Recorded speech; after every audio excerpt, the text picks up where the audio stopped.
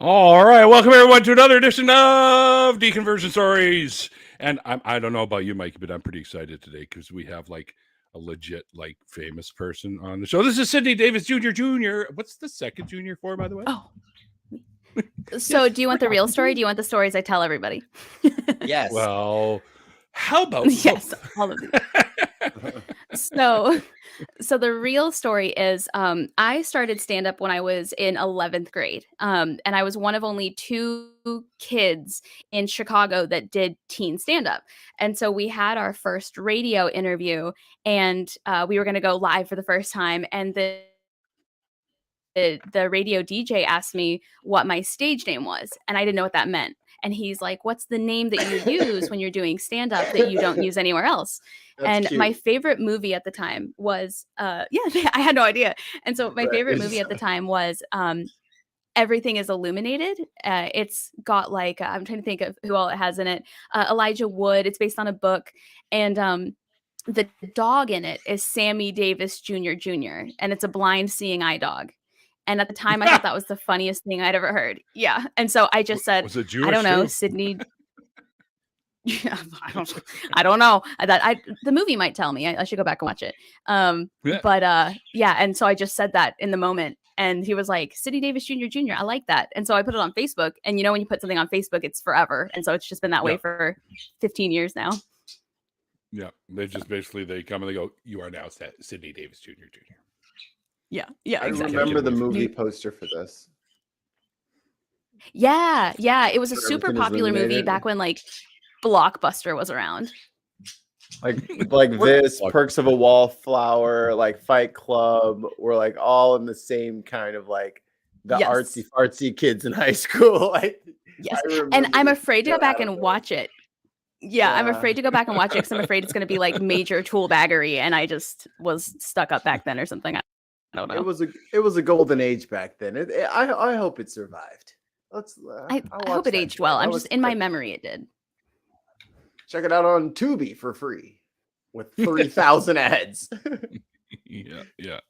I kind of deleted that channel on my TV. Oh man, dude, it's fucking unbearable. We are so spoiled, man. I watched a 10-second ad and I'm ready to rip my hair out. I am done with life. Like, this is stupid. All right, Sidney, what we do here is we chat with folks about their journeys away from whatever belief systems they were once a part of, kind of thing. So basically, I ask you to take us back to those days as you were a fundamentalist, or evangelical fundamentalist, which is like, holy crap. So take us back to those days and kind of like the questions that started popping up and how you kind of found your way out of there. And then we'll get into why you decided to get into showbiz and whatnot too. So So I call myself Fundy adjacent because while my immediate family, I wouldn't call us like fundamentalists. We went to church with fundamentalists and evangelicals. For example, I went to church with the Duggars for a while. What? And so yeah, I had the same piano teacher as them and everything. We go back. And so I remember they were considered like extra special at church. Like people who were fundamentalist and evangelical for whatever reason were just like, I don't want to say holier than anybody else, but they just had like, you just believed them when they said whatever their opinion of the Bible was. Like you just believed that was the correct thing because they clearly were closer to God than you, than you who wore jeans or whatever. And so that's kind of like fabrics. Oh no, not jeans. Right. And so that's kind of like my experience with them was like, I remember I would see like fundamentalists, I would see evangelicals. I had some relatives who were very, very devout religious. We were more on like the liberal side of being religious. We were more like just regular conservative Baptists. Like we were more, for example, still believed what the Bible said. But for example, when they did the sermon about like how women shouldn't preach, I remember having a conversation with my mom about that and how she basically said like some pastors can be like the crazy uncle who says a lot of stuff you don't agree with, but you let him talk because you love him and because like, he doesn't mean harm by it. He's harmless. Like I remember Right. I remember my mom saying, like, do you think that you could lead somebody to the Lord? And I was like, well, yeah, I think I could do a pretty good job. And she's like, well, then I think you could too, just because the pastor stood in the pulpit and said, like, women's job is to sit at the feet of their husbands. Maybe that's just his opinion. But off my feet. Yeah. Right. Man, it would have been frying pans all throughout that congregation, just ping, ping, ping, ping, ping. Right. Right. At the feet of the man. Literally though, because I remember, like, my mom has always been like, I was raised by a single mom. My dad died when I was really young, and she's always been very like, learn how to do your own laundry, learn how to cook your own food, be independent. Right. You don't need to depend on somebody, because you never know when they're going to die, and like, you need to know how to take care of yourself. So I was always surprised that so much of what we were learning in church kind of went against that. Kind of was more like, getting married is like what you need to do, and serving your husband is what you need to do. And then I would see these like evangelicals and these fundamentalists, and they very much seem to believe that same idea. And so that's kind of where the questions started to really not make a lot of sense. Also, I apologize if you can hear birds. I rescued some parrots out of a garage like 10 seconds before I got on here. I've literally had them for like 10 seconds. They're right next to me. So if you can hear them, I apologize, but I don't have a place for them yet. No, after the interview, I will. No. That's ambiance. This is we're in a deep tropical location right now. You can hear the birds in the background. I've been teleported away. Thank you for the birds. You're welcome. Good birds. You're welcome. Yeah, so far they're good. I've only had them for like 5 minutes. Awesome. But yeah, so that was kind of where the question started to really pop up for me, because on one hand, in church, we were told things like dress a certain way to, be more godly and to like represent God in a certain way. We were told that, a lot of these very much not feminist ideas. But then when I would go home, it would be, you need to learn how to do all these things and like function as an adult on your own. And it just like wasn't adding up. And I remember different things like, I was told to love everybody, but it seemed like there were people that we were allowed to love a little bit more than other people. And this idea, like, love the sinner, hate the sin, to me, I didn't really understand why some things were a sin. I didn't understand why being gay was a sin. And like, my mom never once said being gay was a sin. She never said that. But the Bible she probably didn't supposedly she didn't think it, and she doesn't think it. And I think that's really important. But my question was always, if so much of what they are saying is not necessarily what we believe, why do we still come here? Why do we still say that we agree with the Bible if there's so much of what is being taught every day that we're like, take it or leave it. And I also would not study at all for Awanas. Have you ever heard of Awanas? Is that like I think it's a Venetian fruit. No, but that is my screen name on OnlyFans. Thank you. It is subscribe. Venetian fruit. Awanas, but those are fish. So Awanas is like Boy Scouts and Girl Scouts for church. So you have like a book, you do like assignments, you get like patches on your badge, on your vest. I mean, Godless Granny says that she taught Awana. Yeah. Okay. And so we were supposed to like memorize scripture and stuff like that. And I just kept reciting John 3:16 every week because I didn't like doing homework for church. And so it got to the point where the teacher was like, on Wednesdays, she would be like, come up and, recite your passage that was the homework for the week. And I would come up and she would be like, do not say John 3:16. Do not, like, if you're going to say John 3:16, just go sit down. Don't waste my time. Like, and I'd be like, no, I'm not going to. Yeah, I'd be like, no, I really did it. I really did it. And then we would stand there and stare at each other, and I would just be like, for God to love the world that he gave his only begotten son. God bless it. I knew you were going to do it. Yeah. You would have gotten away with it, too, if it wasn't for that meddling church teacher. If it wasn't for that meddling 19-year-old married church teacher who keeps like, and that was always another weird thing I thought about, like a lot of organized, like especially in the Baptist church, is like, you're a 19-year-old and then you're a married 19-year-old and suddenly you have wisdom. Like when you're 19, nobody gives a shit about what you have to say. But when you're 19 and married, you're like leading lessons. Oh, yes. You're like leading the children through Bible study. You're giving like marriage counseling advice. And it's just very strange. I'm like, 2 weeks ago, you were just another 19-year-old. How is that different? I don't understand. Now we're just going to plug your brain into the information thing now that you're married, and now you've got everything. Right.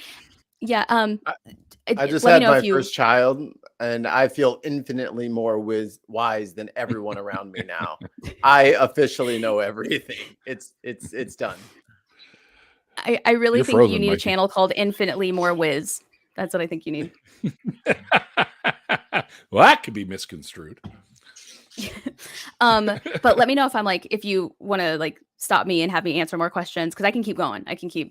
You let me know. Oh, this is all about you telling the story. If we have questions, you'll know. Okay, perfect.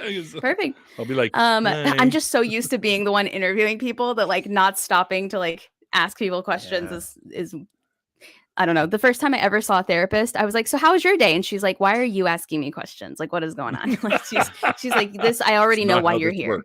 Right? Lady, I'm not paying you. Like, hold on. You're here to get some help from me, not the other way. I'm sorry. I've been talking about myself the whole time. And the therapist is like, "Yeah, I know. That's literally." So I actually stayed religious until I was 25 or 26 years old. And I think part of that was because I genuinely thought that I believed in God. I knew I had questions, but when you grow up, and maybe in the comments they can agree or disagree, at least when you grow up Baptist, one of the biggest things they teach you is that at some point in life, you are going to be questioned and your faith is going to be questioned. And those questions are Satan and they're the devil and they are him trying to like lure you away from God. So if you start to question God, that's Satan challenging you. So of course, when you get out into the real world and you are in, high school, college, and adult, and you start to question things and they stop making sense, you think to yourself, this is what they've been preparing me for my whole life. These are the questions. And the fact that it sounds like really good questions and it makes a lot of sense is the devil. Like that's exactly what they were talking about. They said it would be hard. They said it would be a challenge. They said that no matter what I feel like a lot of people that I've talked to, especially who started out in like Baptist or like some form of like evangelical or fundamentalist Christianity, they run into that period where like the last 3 years they identify as Christian, they are hanging on for dear life. You go from being a Christian who goes to church every once in a while to hanging on because you know that you're starting to realize a lot of stuff doesn't make sense. And you know that your brain is like starting to not really believe what you're being told, and you are hanging on because you want to be the one who makes it through the challenge period they always warn you about. You don't want to be the weak one who failed, And so I think I honestly think the last 3 or 4 years I was a Christian, I was literally just a Christian because I was afraid to not be, and I was religious because I was afraid to not be. And I still had those questions in my mind, and a lot of stuff still didn't make sense at all. And I felt like the older I got in the church, the more I was just kind of being groomed to be like a religious wife. I remember like joining the high school college age class, and it all basically became pretty much about how to find a spouse. Everybody was like starting to date in that class, and it was just kind of icky, it was just kind of weird. And then I tried shrooms. Yeah. And it was all downhill from there. Or it was all downhill. Well, uphill, downhill, depending on who you're asking. Yeah. And so I thought in my early 20s that I was a Christian Republican. That's what I thought. And this was before before the big like divisiveness we have now. This was like before the 2016 election.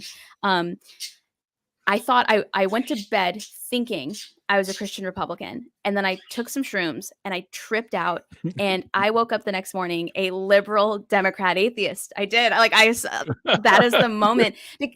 because like the questions, when you smoke a bunch of weed and you have questions and you're like, whoa, those are great questions, and you write them down, the next morning they're the dumbest questions you've ever heard in your life. You're like, this is the stupidest shit Been there. I've ever heard. Right. How But dare when you? I did Fuck was I thinking? right.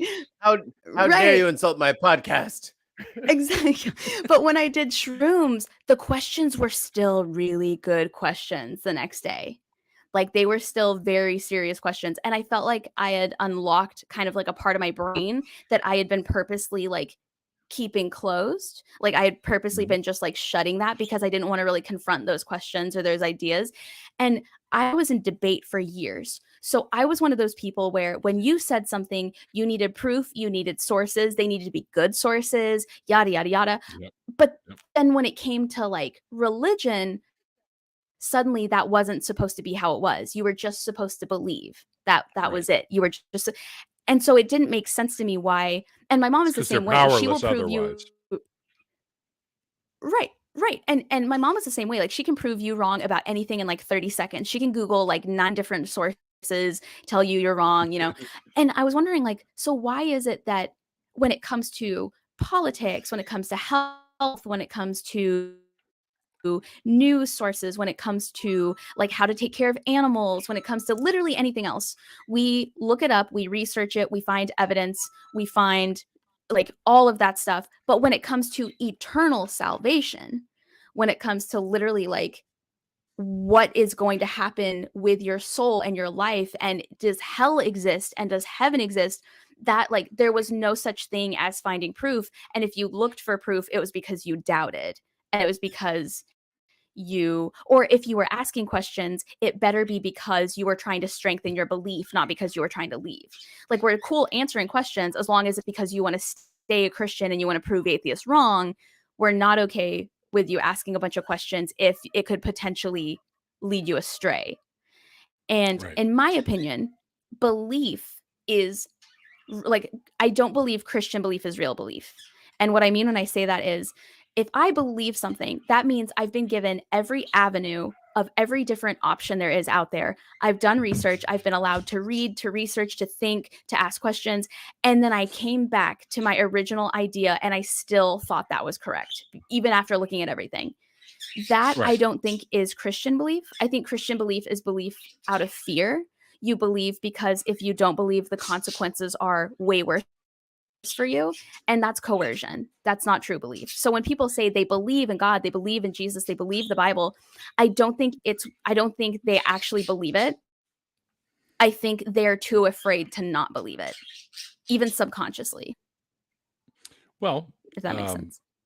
Yeah, I mean, it's often said, and I fully agree, that we don't literally choose our beliefs. We're either convinced of something or we're not.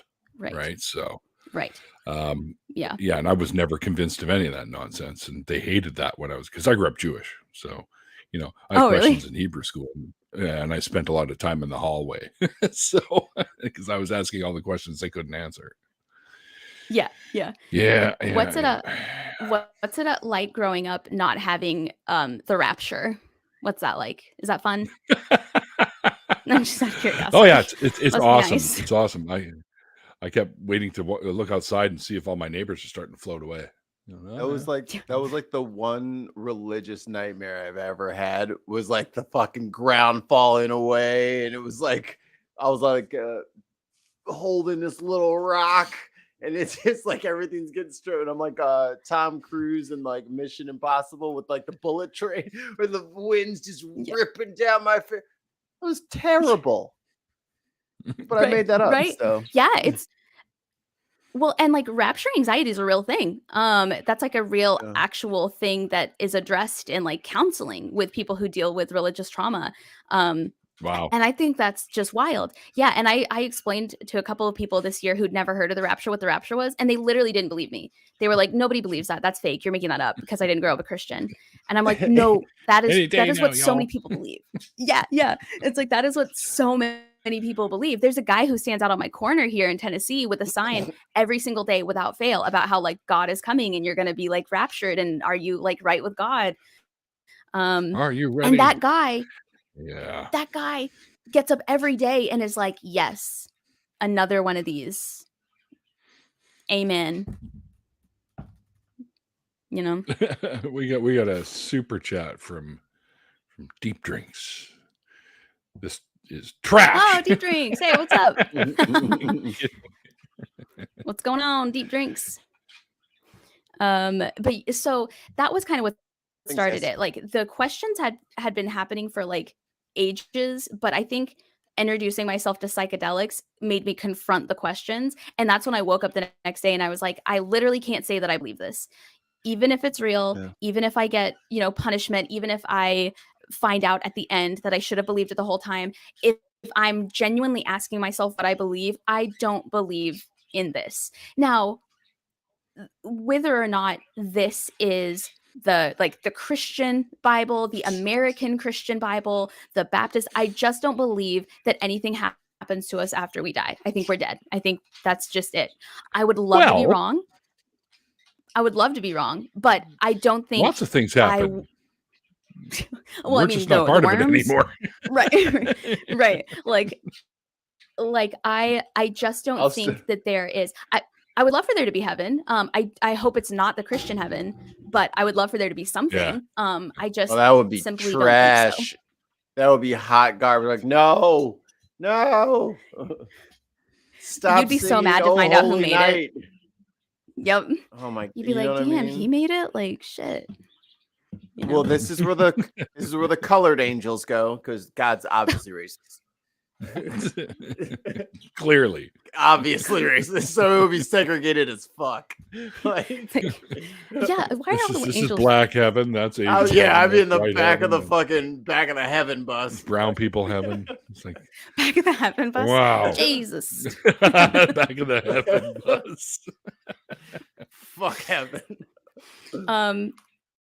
But yeah, so and then after that, I started telling people a lot about like my experiences. Like last year, I started telling more people about how I knew the Duggars because I didn't realize that was like a weird thing until I was much older than I should have been when I realized that was a weird thing. And then somebody was like, "Have you ever told that story before?" And I said, "No." And then that was the first episode of my podcast, Growing Up Fundy.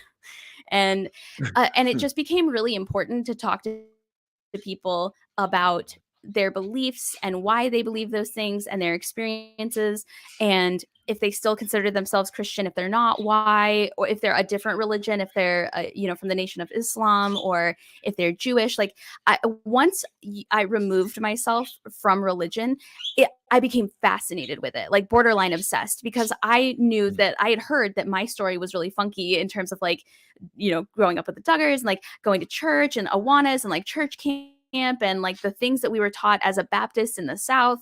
And so I really, the moment I realized that wasn't everybody's experience, I wanted to know everyone's experience. And I wanted to see how much was unique, how much was the same, how many people had the same questions as me.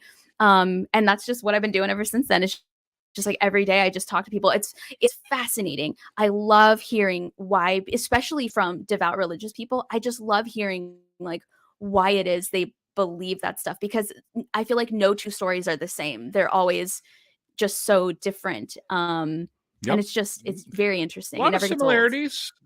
There's a lot of similarities, but however, there are very unique strands in all the stories. Like, because of course we're all unique people. You're from the U because you grew up in Arkansas, correct? Yep. Yes, sir. Right. Yeehaw.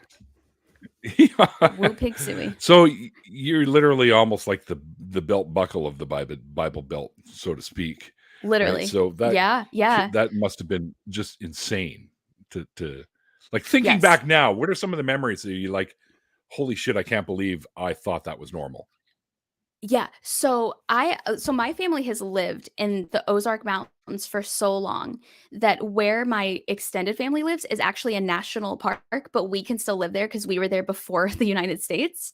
So it's like we're like right. deep rooted. So it goes back, right? Like we still have a lot of like the old school Southern traditions that you really just don't hear about anymore.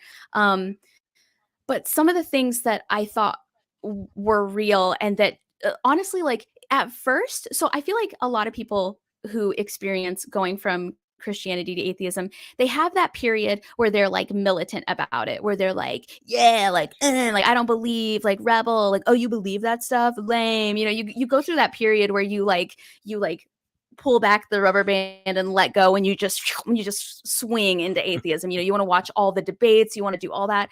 So I went through that for like 6 months. And then after that, though, it was more like grave concern whenever I would look back on certain things, like just like this idea that like, okay, so there is a person in heaven who's not a person, who created heaven and created the world, and he gave us freedom because that's a nice thing to do, but then punished us by you if we use that freedom with like eternal damnation. Like, my brother likes to say, you know, at what point does the punishment outweigh the crime, you know, whenever he's talking about things like that. And he doesn't mean that in terms of religion, but I do. Like, at what point do you commit a sin and like you deserve to burn for eternity? Like at least in the American Southern traditional sense, you know, I'm sure other religions, I know they believe you can come back and reincarnate. We don't believe that. We believe you get one chance. You might be ugly during that chance too. You don't get a second one. You don't get to come back an attractive person at any point either. And then so you're born, you're ugly, you commit a sin, and then you burn forever. And like that is your thing. That's like your whole existence. Ta-da! But sins are like so broad. Like stealing is a sin, and lying to your parents is a sin. But having sex with somebody you're not married to is also a sin. But having sex with somebody who's married to somebody else is also a sin. And it's like, there's no clear line to like what sins are the ones that you can ask forgiveness for and what sins, because the rules say that you can ask forgiveness for all of your sins, but the rules also say if you sin, you go to hell.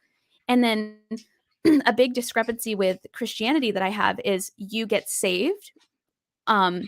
And so you dedicate your life to Christ. You say like you want a relationship with God and with Jesus. I got saved when I was like 9 or 10. And that means like you are right. No joke. Like, woof, right at the Marion age in Arkansas. I also got my driver's license that year. Just kidding. So you get saved and you get your first pair of shoes. I'm staying off the sidewalk. That's how it goes. Right. And then you get betrothed to your cousin, and then you just, you know, do your thing. But I remember like, so you're saved, which means when you get saved, that means you're going to heaven. Like you're good. You're a Christian. You're going to heaven. But at the same time, every time you sin, you need to ask forgiveness for that sin. But if you're saved, you're going to heaven. You made it. That's like the fast track. So it's like, why do I still need to ask forgiveness if I've already been saved? And if I don't ask forgiveness, does that mean I still get to go to heaven and commit all the sins I want because I'm saved? Like there's no, and if you ask those questions, the answer is always just like, don't do bad shit. Just like stop sinning. Like you don't have to worry about it if you stop doing stuff. I like these comments. Yeah. 11-year-old lies. It's okay. 12-year-old lies. Well, now you're going to hell. Right. And then so it's 12 like, is the age of accountability. Eternal damnation. I don't know. I nearly burnt down the house at the age 12, so I don't know if. Well, you know. Right. Well, and then also like the people in church giving all the rules from the pulpit also had like the meanest kids. So like, what are you like? Why are you supposed to listen to them? Like their kids borderline bully you. Like the meanest kids I ever went to high school. Literally the holier than thou attitude. Yeah. Like I remember the meanest kids I went to high school with on Wednesdays would be like, you should come to my dad's church. Like you should come. And I'm like, I don't even want to see you at school. Why would I see you after school? Like, you're so mean. Like cognitive dissonance. And so at the same time, so sorry, I'm washing my hair today. Well, and I started stand up when I was in 11th grade. I think I mentioned that earlier. And so around the time that I was starting stand up, I was also coming of age, you know, in the church. And I remember like I spent a lot of time around other comedians, and they would make a joke, like comedians who were clearly atheists would make a joke about something in the Bible, and I would laugh, but then I would realize like that was kind of true. Like that joke they just made about like how, like, wait, like that. Yeah, it was funny because it was true, but that means it was also true. And so I was having this like this kind of pull, because in one sense I really wanted to be like a good devout Christian, and I wanted to be, you know, the girl who like made it through that tough period. But at the same time, one, I just didn't agree with a lot of stuff. Like I got kicked out of Sunday school class once because and this was like college age. I was like 22 when this happened. They separated the men and the women. They called it the boys and the girls. I'm going to say the men and the women because we were grown ass adults. And in the women's class, this newly married 22-year-old or whatever sat in front of the class, and she was talking about how, you know, the women aren't supposed to preach. It's not a woman's job to preach. It's against God's law to preach. You should honor your husband and follow his law, blah, blah, blah. And I was not trying to be an asshole. I raised my hand and I was like, what's the difference between what you are doing and preaching? And she was like, what do you mean? And I was like, well, you're sitting in front of a room, you're like facing us from like a miniature pulpit, like, and you're telling us how to do the Bible more correctly. How is like, what is it that makes you not preaching and makes preaching bad for women to do? And she just like told me to leave. She was just like, you need to go. Oh, wow. Like, wow. Yeah, like in nicer words than that. But I read the room because I'd been doing stand-up. I know when people want me to leave. I get it. I know when I haven't been received well. And I just like left. And I remember being so confused because I genuinely wanted to know. I was curious. I was impressed that what she was doing wasn't preaching. And I wanted to know like what the difference was. And I don't think there was one. I think she was preaching, and I think that didn't click like in her mind until I asked that. And then I was just the asshole because she didn't take improv class like I did. Maybe she could have had a better answer. But yeah, and so that was kind of my early 20s. Was on Sundays I would go to church, and then I would go to Second City, and then I would do comedy like right after church. And sometimes it would be the opposite direction, and comedians would be like, hey, let's go hang out, let's do brunch. And they would all say like, oh, well, Sydney's got church. Oddly enough, comedians were very respectful of the fact that I went to church all the time and that I was like a Christian. They like never gave me shit about it at all. And then one day they were like, where are we going for brunch? And I was like, I don't know, where are we going? And they just looked at me. They're like, you're not not going to church today? Like, okay. And then they just accepted it. They were like, okay, she doesn't go to church anymore, I guess. Nobody ever asked me. They just put me into the fold, and I just didn't go to church anymore. And yeah. And so you would think that like a bunch of, stand-up comedy heathens. Say what? Said no standing ovations or anything like that? Or no, finally! No, still haven't got one of those. Working on it. Yeah, I'd say thank God, and then I realized how ironic that would be. I guess like wrong place, wrong time. Thank me. Thank you, baby Jesus, for the standing ovation. Yeah. And so like I don't know. And so I guess I just decided to kind of leave that part behind, and I still I feel like no longer being religious has made me way more empathetic to religious people. Because when you're Baptist in the South, being the wrong kind of Christian is worse than not being a Christian. Like if you're Presbyterian, or if you're Methodist, or if you're Catholic, or if you're Pentecostal, like you fucked up. You one of them Seventh-day Adventists. Right. Or like I've learned since starting my podcast that apparently the Baptists are the ones that like people talk shit about all the time. I didn't know that. Apparently we're like Christian light and we're like not real Christians, which is hilarious to me because I still have religious trauma. Thank you. They're the gutter Protestants, the Baptists. I like that. Gutter Protestant. That's going to be my new OnlyFans name. I just decided. Gotcha. That's the new one. I knew I needed one. There goes my same 5% cut as normal. Yeah, same 5%. I'll just Venmo you. But yeah, I almost felt like when I no longer was religious, I felt so much more tolerant and accepting and like just chill around other Christians. I guess because like it wasn't offensive. Like if a Christian tells you that you're going to hell, if you don't believe in hell, it doesn't matter. It's like okay, yeah. I'm also going to Disneyland. I guess I don't know. That's as realistic, I guess. But go to the store and get smoked too. So what? I also have to go to the DMV in a couple of months. Surprise. Yeah, that's like hell. Right. It's worse. Right. Right. Listen, Disneyland is circle worse. of hell. I feel like if Christianity is real and I get sent to hell, I'm literally just going to be standing in line at Disneyland for eternity with like no shade. No. With like somebody's done random that. 3-year-old throwing a tantrum like right in front of me. A colicky infant. I got lucky Oh, though. God. The kid behind me thought I was literally part of the Pirates of the Caribbean ride. Well, that's because of that hook. See, that's pretty cool. Neil, in the peg leg. That's It's probably the I feel hook like hand and the peg leg and the parrot on my shoulder. yeah, it's probably that. Hey, listen, I have so many And the parrots. I have so sword. many parrots. If you want a parrot, let me I've know. seen I have pictures. so many. Yeah. I literally like 5 minutes before talking to you, I got more. So if you want a parrot, let me know. I will overnight it. I've been there. I had a cockatiel that was in a black plastic bag in the underground parking lot in the middle of summer. And somebody just left there. So I rescued it.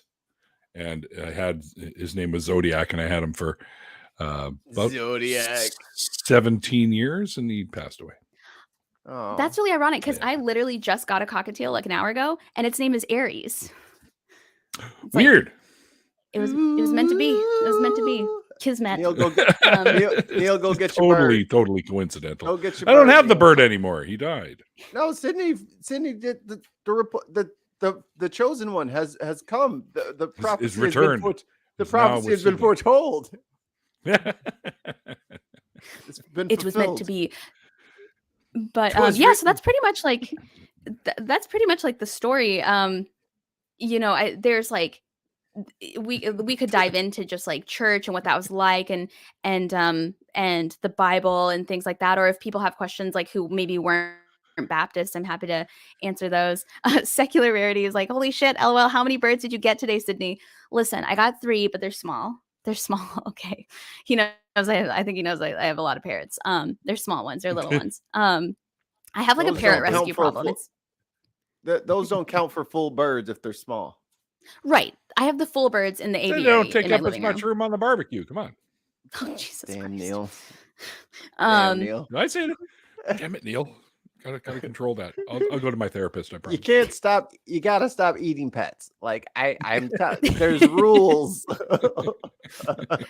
don't know what it's like in Canada, but America, you can't do that. I have a pet, but it's a spider. So Look That's out, cool. little one. He's gonna get his lighter and a cook little you up. jumping spider. It's gonna turn you into a little spider nugget. Run. Yeah, just a deep fry his little ass. Put No, some dipping he's, sauce. he was very happy because I picked up some crickets for him today. So he's running around chasing down crickets and eating crickets right now. Oh, the live ones. Yeah. Oh yeah. They won't eat dead Nice. ones. Very cool. I even tried Yeah, tried love that. wiggling it so it looked alive, and then he was like, yeah. And he's like, no, it's a zombie one. He's like, it's a back zombie to life. God. Yeah. But yeah, and so I don't know. I think that it's easy when we see religious zealot people to be like, what weirdos, what crazy people, like what psychopaths, yet birds are delicious. Listen, I just got these ones out of a garage, like season for a little bit. But I think there budgie is seasoning. budgie. Yeah, that should be like a brand, budgie seasoning. But I think Like also jerk there's seasoning. like jerk, like jerk budgie instead of jerk chicken. Mm-hmm. I dig it. I've never had budgie, but they look pretty plump. I don't know. I feel like I derailed this conversation. It's a talking about snack. birds. It's not even. Yeah. It's just a snack. That's a bite. That's just doesn't- that's just a bite. Yep. I I but get yeah, and dive so I bombed by think- hummingbirds all the time. So we got Really? But that's a nesting great pair problem here, to and have. every time I'm outside, they buzz by me and they're like chirping at me and shit. It's hilarious. But that's a Like, wonderful. you realize you're problem like to have. this big, and I could go and you'd be dead. So Good leave luck. me alone. Good luck. I'm not coming catching after them. your eggs. Those things run You on ever- fucking jet fuel, man. Good luck. You ever- Their brains I are know, right? they're in fucking a permanent flow state. Those things are It's like crazy. they think They I'm got, coming like, for their Adderall in eggs their or something. Like veins. Yes, they you ever run try on eating Adderall. hummingbird eggs, like cracking the tiny egg? That was This a is good the sound. worst omelet ever. You know, like what the hell? You just got the little pack. It just looks like fucking Tic Tacs. Yes. Got a dozen They're even hummingbird smaller than mini eggs. It's like, Yeah. how do you get smaller than mini? Mind you, I eat mini eggs all the time, which is probably What's a not mini so egg? good. Oh, you guys don't have mini eggs down there. That's I don't- right. I don't know Is what that that the is. chocolate things? Do you guys have Cadbury Easter cream eggs? Yeah. Oh yeah, we have those. But we Well, they're have made like by I've the same heard we have company. like the shitty version. I've heard that like other Yeah. Cadbury eggs in other countries are actually really good, and ours just taste like Yeah. dollar Oh, store yeah. stuff. We have the Yeah. bad one. Yeah. We got good ones. We got the Same Baptist company flavored chocolate. Makes the mini eggs. They're like the Hershey's Eggies. No. I don't know if you guys have the Hershey's Eggies. No. Wow. I don't know you what guys that are- is. Wow. No. But you guys have candy. We don't. And of course, we have candy. That's You true. don't, like Coffee Crisp and Crispy Crunch and stuff like that. It's you guys just don't making have up down. words now. No, they're real things. Look them up, Just man. saying. Look them up. Coffee Crisps kick ass. Yeah, he just starts making shit up because we have to believe him. Right. Yeah. We see we have like they don't give us candy eggs. They give us like Believe. opioid problems. Believe. That's what we have Oh, here that's in America. right. Up here, That's they what we just put get. the opioids Happy in Easter, the you eggs. are addicted. Oh. Yeah, Literally, that's how though. they do it here. Yeah, our caramel bars are infused with heroin, so you got to have them for the rest of your life, basically. So. Ours all come with an AR-15. Right. Inside. Ooh, hey, it's crunchy. Yeah. Oh, Watch it's gonna out be for soft and chewy. watch out for the shell casings. Well, I remember when they had the gold key thing that they used to do with the Cadbury caramel or whatever, the caramel bars. You unwrap it, you'd find a gold key. And when I first saw that, I was like, wait, so you bite into this thing and there's a key in there? That's going to cause some dental work. Yes. Like, dentists everywhere are going, this is the best idea ever. No, this is totally a super soft candy bar. Go ahead and bite down as hard as you can. Just really fuck up your whole smile forever. Do you guys remember Wonder Ball? How like in the 90s you could Yes. get like toys in your Wonder Ball, and then they switched it to like candies, I guess because so many kids were like eating the toy on the inside. Oh, I You're not supposed to eat those? I thought they were- Yeah, like it used to be like full toys. Yeah. And then they had like the oranges, like man. that chocolate orange had candy or toys in it too. And then they took it out. Yeah. It was kind of like Kinder. Oh, I remember the Kinder Egg. We still have them up here. Yeah. I've heard we have like crappy version of that too. Like just the not very good version. I don't know. Yeah, It's just yeah, like and a it half says killer Kinders. Yeah, like half the little plastic shell. The chocolate is separate from the toy that is just underneath the plate. Like it's completely separated now. So get your toy out first and then undig your chocolate from this other part. I have a funny T-shirt Listen, that I says think- it looks like Kinder Surprise, but it says Schrodinger Surprise. It's got a picture of the cat. On it. Oh no. It's kind of funny. I just feel like we're not giving Darwinism a chance. I just feel like the world would be a better place if we gave Darwinism a chance. That's Damn all I'm saying. Darwinists. Right. Dude, Evolution is just a theory. speaking Just- of Darwinism, Okay, then. like the little because I have a new baby and we were looking for the little thing you sit them in and they can kind of like scoot around the floor and like chase you around the house. You can't really find those anymore. You want to know why? Because assholes were letting their kids go down the fucking stairs. What? Really? That- They all What have about Jolly Jumpers? They still all Jolly have Jumpers? they all have legs now. Like they don't really like. It's hard to find the ones that they can just scoot around the floor because they're all Wow. immobile now because kids were fucking dumping down. I'm like, how are you not baby gating the stairs? It's the stairs. That's just silly. Listen, That's just this silly. is America and I have rights. And if I don't want to put up a baby God. gate, I shouldn't have to. My baby's fine the way. What? I'm not gonna tell my baby what he can and cannot do. He has rights. He knows what he knows what he's doing. yeah. God. Meanwhile, So I, tumble so, dry on the fucking infant. So how did you okay, obviously you said in grade 11 you started doing stand-up, so Mhm. how did that ultimately lead you into getting into the whole showbiz thing and being like a writer, producer, actor, that kind of thing? How did that all happen? Yeah. So when I was in 10th grade, it may have been 9th grade. I used to watch Saturday Night Live like every night. You know, Oh, this was yes. when like Will Ferrell was on. This was like the 90s heyday, you know, early 2000s. And one day I realized that was somebody's job. I was like, wait a second, somebody like gets up every day and does that and they get paid to do it. That's interesting. Wonder how that works. So my mom, who's always been like very supportive of my brother and I, she looked into it and she found out about the Second City, which is a theater in Chicago. They also have one in Toronto. And it turned out that a lot of people from Saturday Night Live came from Second City. And so Second City, yep. Yeah. And so we decided that we were going to go check out a show in Chicago and just see what it was all about. So we went, I believe, over Thanksgiving break the first time. We went in 2008 and we saw a show, and it was just a really fantastic time. And while we were there, the next day we saw a second show, and it was just as good. They were just such good sketch improv shows. I love improv. Man, I love, like, when improv goes right, it goes right. Yeah. It goes like I've been really involved good. in a few. Yeah. And I think it's a wonderful skill to have too. Even if you don't want to do comedy, I highly recommend an improv class. And so the next day, then there's a Starbucks built into the Second City on North and Wells in Chicago.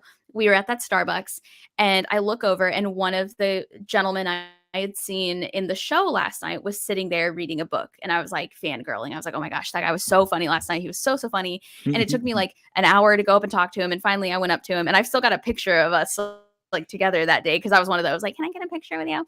I was like, if you had any advice for somebody who wants to do what you did, what I just saw you do last night, what would you say? And he was like, you have to move here. He's like, if you're serious about this, if this is really what you want, he's like, there's nothing I can encourage you to do more than move here and immerse yourself in it. He's like, come here, right, make connections, get the training you need, get the experience you need. He's like, that is invaluable. He's like, I can give you a lot of other advice, but that's like the best advice I can possibly give you if you're serious about it. And so I talked to my mom. And I've always been a very like hardworking kid. When I was, in drama, I was in drama 100%. When I was doing like competitive forensics and debate, I was in it 100%. Like my brother and I were those kids that would like skip birthday parties to practice more for like tournaments that weekend kind of thing. Like nerds, basically. Like that's, we didn't pretended like we had friends to skip events for it. So no, we're not going because we got to practice. It's like, you weren't invited. And so she made a deal with me where she was like, if you're serious about this, because she knows that I wasn't one of those kids who would just like pick up and drop stuff all the time. Just like, oh, I want to do this. I want to do that. She said, we will move to Chicago for 1 year. And she said, you can take classes at Second City. You can do what you got to do. But the rules are you have to keep your grades up and you have to get a job. And if your grades or your job suffer, then no dice, we're moving back. You're out. She found out she could take a 1 year sabbatical and keep her job. So that's why it was 1 year. And then after that year, I would be in college. I would be out of high school. And she was like, but if you drop either one of those, then we're going back. Like, this is like your thing. So when I was in 11th grade, we moved from Arkansas to Chicago, and my brother was in college, but he was like, well, shit, I want to go too. So he's transferred schools. And I started taking classes there. I started taking improv classes. And about a year into taking improv classes, maybe like 9 months at that point, it wasn't quite a full year, the Second City called my mom and they were like, we're starting a brand new teen stand-up class, but only 2 people signed up. So we're forcing improv students to take it so we don't have to cancel the class. So we'll see Sydney on Thursday. Welcome. Like, welcome. Yeah. Thank you for volunteering. Get your ass in here. Yeah. And so I was really mad. Up.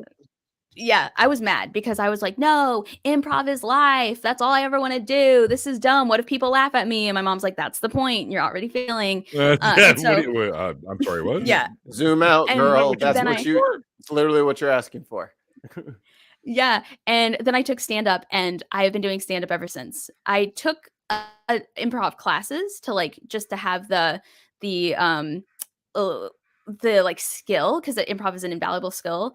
Somebody said that's amazing support for your mom. My mom is one of the most supportive people, like one of the most supportive people. She's wildly supportive.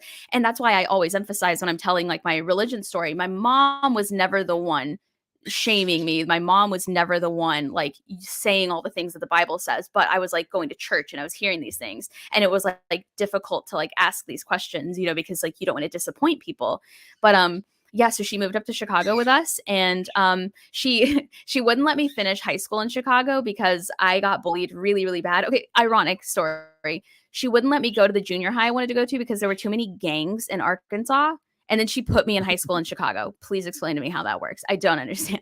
I remember specifically, she's like, there's so many gangs at that school. And it's like, oh, now we are with the real gangs. So thank you. Were you in the city or were you in the suburbs?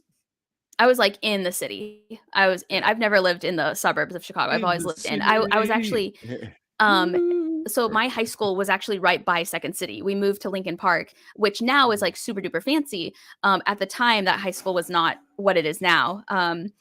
And I got like bullied really bad. And then like a kid threatened to like hold me down and like inject me with meth. So my mom was like, can you please finish high school in Arkansas? Yeah, literally, like that was like the last straw. They would bully me. They would wait for me outside and I would like escape out the back door. They would all be like waiting for me to come out of the building. Yeah, like they would like do all sorts of stuff. They would like break into my locker and like spread stuff all over the floor. Yeah, like now that I know that's a lot of steps. Now that I know more about drugs, I'm like, what a waste. Like what? Like who right? is that? I'm like, who is that? I'm gonna hold you down and yeah. Like now that I know what I know about drugs, right? Like I'm gonna hold you down and make you right. Like I'm gonna make you eat a shroom and you're gonna like it and you're gonna trip balls. Like I wouldn't waste a shroom on somebody who didn't want it, is what I'm saying. But so. If I'm ever gonna do hard drugs, that would be my one cop-out way of doing it. Someone like ran up to me like, "Oh no, I did coke." Like, "Oh no, like oh no, I tripped and fell and now I'm a meth head." Oh no, not again. Not again. You saw that? The Nest is, I believe, if I remember correctly, that's like a group of like comedy clubs, right? That's like a string of comedy clubs. That sounds familiar. Improv comedy club. I was gonna say, I think it is. I could be totally remembering that wrong. It also sounds like a brunch place, but I'm pretty sure it's a comedy club. Sounds like a place I would go for like a great Eggs Benedict. Oh yeah, improv comedy club. Yep. And some mimosas. Yeah. So then I've just been doing stand-up ever since. And then I started storytelling. And then the cool thing about comedy, the cool thing about stand-up is it is a great way to create a brand for yourself and to create like yourself as like a marketable item. So through stand-up, you get opportunities as a writer, you get opportunities as an improviser, you get opportunities as an actress. I'm a terrible actress. Please, like I am the worst actress, god awful. Except in one project where I played myself. I wrote it for me. It was like based on me. Not that bad, but still pretty bad. But yeah, and so you're a bad those actor. opportunities, you can't even play yourself. Like I don't even feel like I was convincing as myself. I don't know. It's on my YouTube channel. It's on there. It's on there. The trailer's on there. But yeah, and so the next, like at first you're like, oh, I'm doing an open mic, and then I'm doing 2 open mics, and then the next thing you know, it's been 15 years, and you've gotten to perform at like Zanies and the Comedy Bar in the Second City, and I went to Dangerfields. Yeah, Dangerfields. I think died. I think they died at the pandemic, if I remember correctly. And also it was a very bad experience, but I'm glad I did it. But and the Comedy Bar, you also did the Comedy Bar. Yeah, I was a producer at the Comedy Bar here in Nashville for a while. Yeah, thanks. Yeah, so I produced my very first club at the age of, I believe I was 21 when I started producing. I started producing before then, but they like weren't supposed to tell people I wasn't 21 yet. Right. So they I was going there and I was working on it, but I was only 20 and I wasn't drinking. But at 21, and then I produced that show for 5 years, 4.5, 5 years. And it was called Chicago Underground Comedy. It's still around. It's been around for like 12 or 13 years. And then I just like caught the bug. And I just loved running shows, and I loved producing showcases and doing stand-up. And then it's like, what can you do with that? You can do sketches. You can do, I love writing. And yeah, and so it just kind of spiraled from there. The next thing you know, you're just doing podcasts and you're doing like all these different projects that you get because you kind of created this like brand image of yourself and you put yourself out there. And now with like TikTok and all that stuff, that's like just a whole other platform to put yourself out there. And honestly, it's just been like 15 years of throwing things at the wall and seeing what stuck. Now, most of it, let me preface, most of it did not stick. Most of it did not stick. But if you don't put it on Facebook, nobody knows you failed at it. Just put the stuff that sticks on Facebook and it looks like everything works out for you. Pro tip. Yeah. Like I've probably started 19 podcasts before Growing Up Fundy, and Growing Up Fundy is my favorite one. And I feel like it like, I'm proud of that, and I feel like it's doing well. But there were a lot before then. If you Google, there's probably some embarrassing shit out there that I don't know how to get off the internet. Well, go ahead, Maggie. I don't know what you're talking about. I would never start, dozens of projects over the course of 2 years. And Lies. I would never do that. That sounds like Lies. a terrible idea. Lies. Fucking Lies. 13 streams a week. Yeah. Well, and also, like, because I grew up in comedy, there's like 9,000% more just like cringe shit out there. Just like cringe. I still have the clip of my first show ever, and it's the worst. It's so bad that I've literally been dating people, and they've been like, yeah, there's another Sydney Davis comedian out there, but she's fat and she's bad. And I'm like, no, that's me. And they're like, no, she's like really bad. And I'm like, that's me. And they're like, no, like she's really terrible. And I'm like, I was there. And then I start like quoting the material to them, and they're like, oh my God, that was you. That's awful. Yeah. Yeah, I said it was me, and you didn't believe me. Yeah. Please stop insulting I have eyebrows her. now, so nobody believes. Please stop insulting her. Her is me. Now, about your her is I. About your podcast. Yeah. Do you have to be an ex-fundamentalist to be a guest on there? Nope. I called it Fundy because that was the conversation that I had where I first told somebody about my like connection with the Duggars.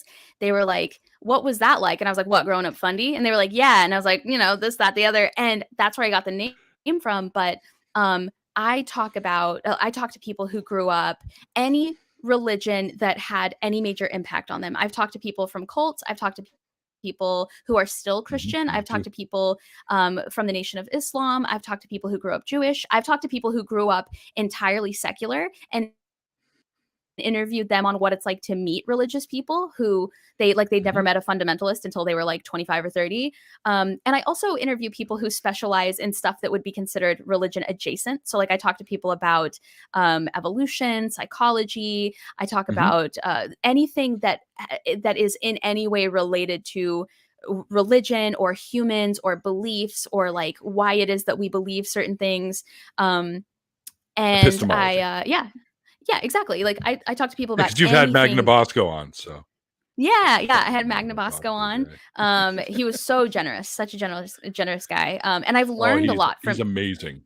He's so good. And I've learned a lot too from a lot of my guests. Like a lot of the stuff you see like in the background of stuff is like references from things that like different guests have taught me about. Like my webcam was a recommendation from Pine Creek Doug.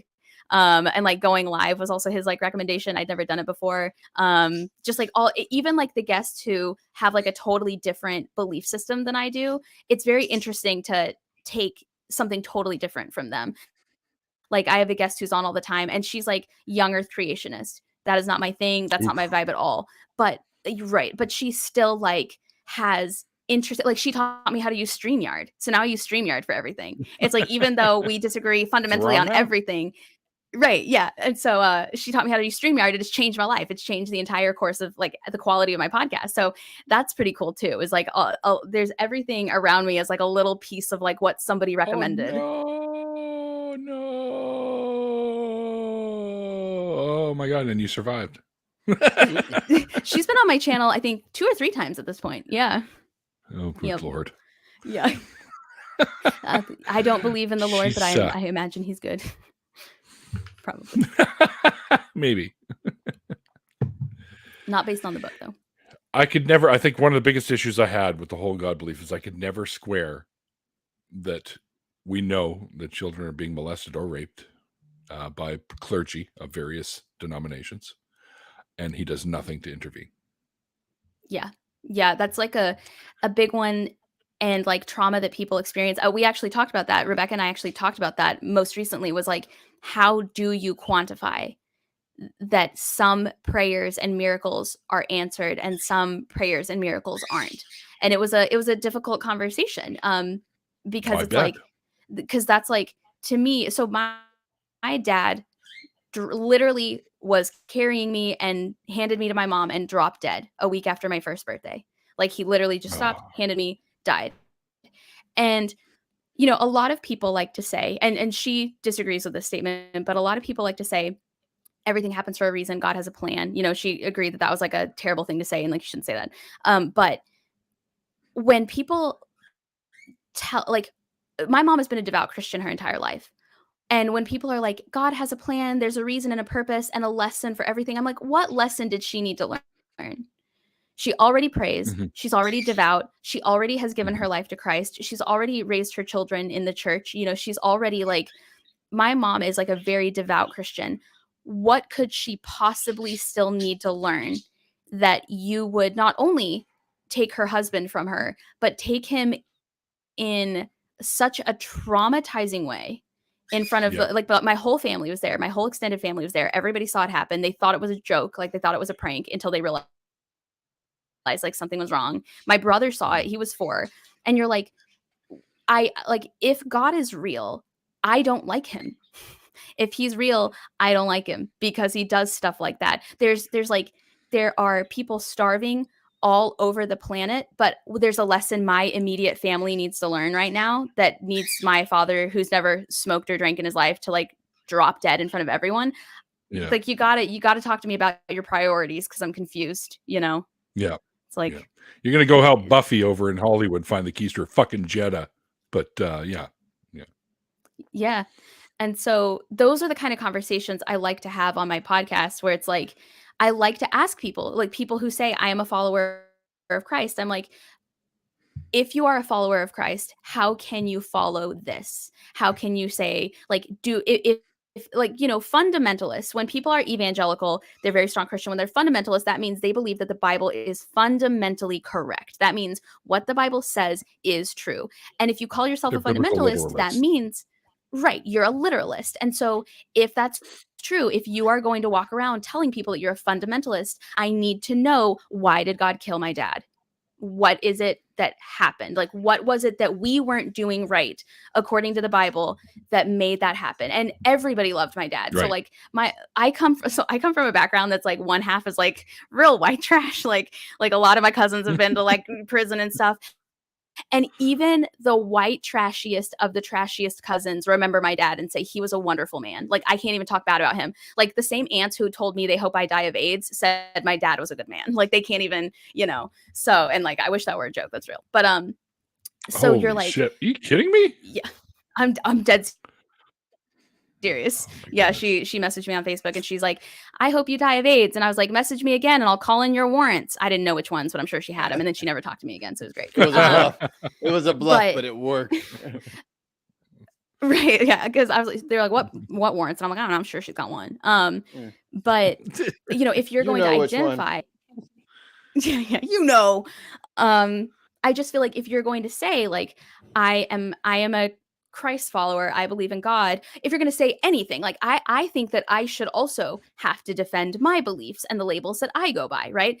If I say I'm a Democrat, then I should have to answer questions like, why do you follow this? Why do you believe in that? What, like, I don't, it's not specifically on Christians, but it is on them when they're the ones who make the rules and the laws, and they're the reason why it's going to be more difficult for me to get birth control that I've been on for 10 years now, you know, in the state where I live. Like, if you can say all you want, like, oh, you know, you're attacking Christians. I'm not attacking Christians at all. I give them a platform. I give them the room to speak. I give them every opportunity that I give anyone else a chance to speak and answer questions. I ask questions that are equally as difficult to both sides.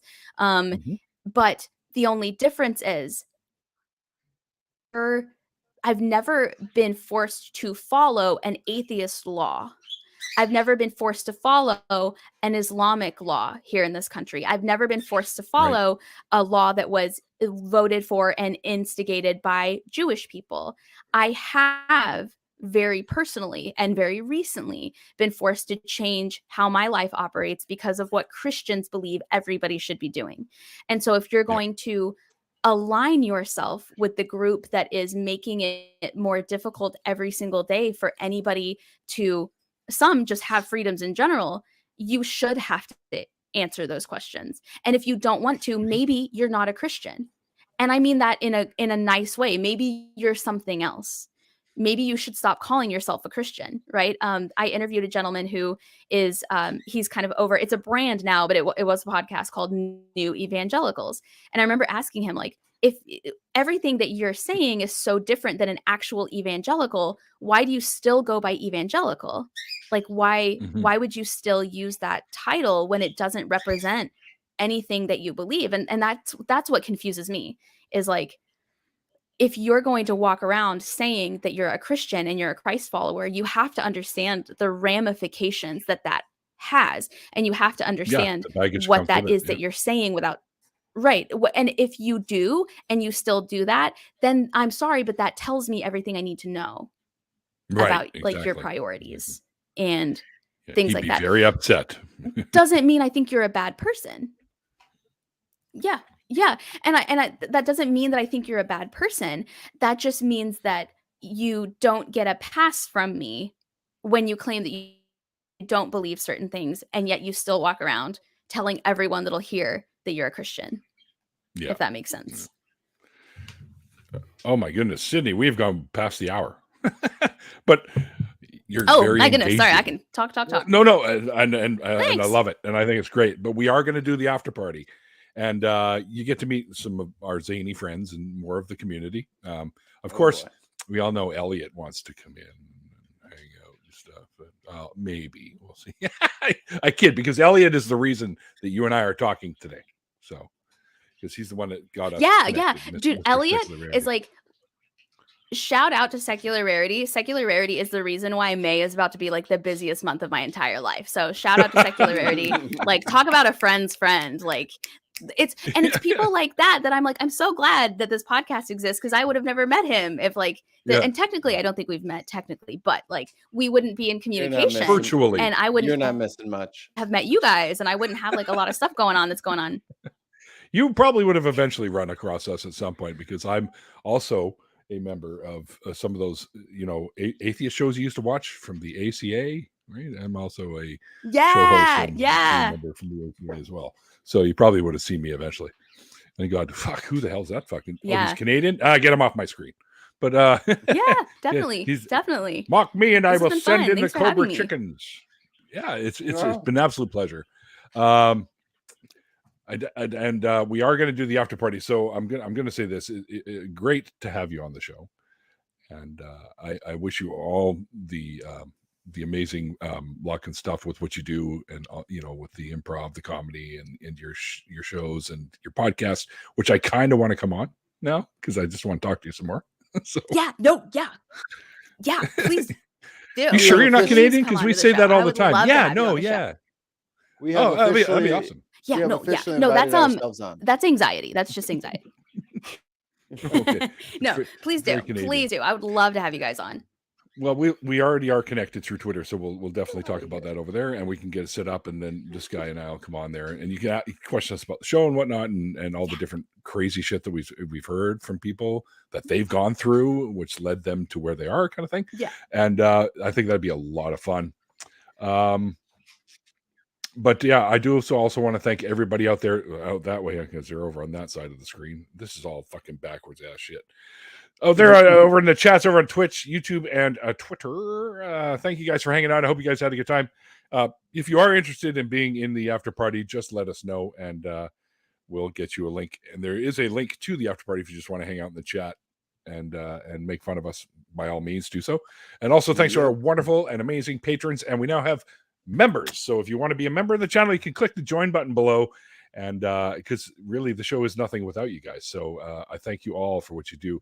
And just a little quick reminder, all the cash being generated for the show right now is all being funneled down to this gentleman right here, because he's a new dad and he could use all the help.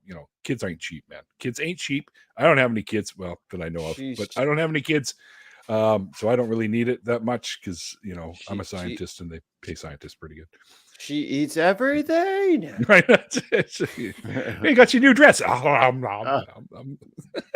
pretty sure we're missing a couple of burp cloths. She likes those things. She's like, well, I'll just start chewing on. I'm like, please give that back. Lady, you're strong. Damn. Oh, yeah. Kids are mutantly strong until they realize that they are. Give me back. Yes, HR. That's what I said that I know of. You're right. You know. But can you tell about the time he accidentally? I call, what? I don't know. Ask that question again in the after party because I'm not entirely sure. Oh, I know what she's talking about. I'll tell you in a second. All right. Well, the beans will be spilled in the after party. Anyways, guys, we got to get out of here because we are going to take a bit of a break between the two shows because, bio break, grab a snack, refill your drink, whatever. And then we'll be getting going probably close to about, for me, 6:30. For you, maybe 7:30 or 8:30 or 9:30. I think 8:30 here. The good time. Yeah, because he's in Chicago too, by the way. Mm-hmm. Oh, you're in Chicago? Mm-hmm. Oh, I just assumed St. Louis because of your background. I'm from St. Louis. He's from there. Got it. Well, I'm in Nashville now, so I'm not actually in Chicago anymore. Where's my Nashville. Excellent. Nashville. There you go. All right. Doubles. Doubles. The classic shit. The Cancun's, we got knocked out of the playoffs. Our season's over. My hockey team didn't even make the playoffs. We're all relaxing right now. The Bulls are out. We're taking a few weeks off, lick our wounds. Fuck you, Jimmy Butler. No, tell us how you really feel. All right, guys. Until then, like I always say, also a quick reminder, if you guys dig the tunes from the intro and outro, well, you're listening to me because it's me. Aha. Oh, that's cool. Yeah. And all of the tunes, you can hear more of them, and including the ones that we use for the shows. In the description box below is my SoundCloud. You can check it all out. Mom says I have a good voice. I'm like, whatever. Mm-hmm. But anyways, until then, guys, like I always say at the end of the interview section of the show, like the late great Christopher Hitchens once said, it's called faith because it's not knowledge. And we'll see you guys next time. Bye.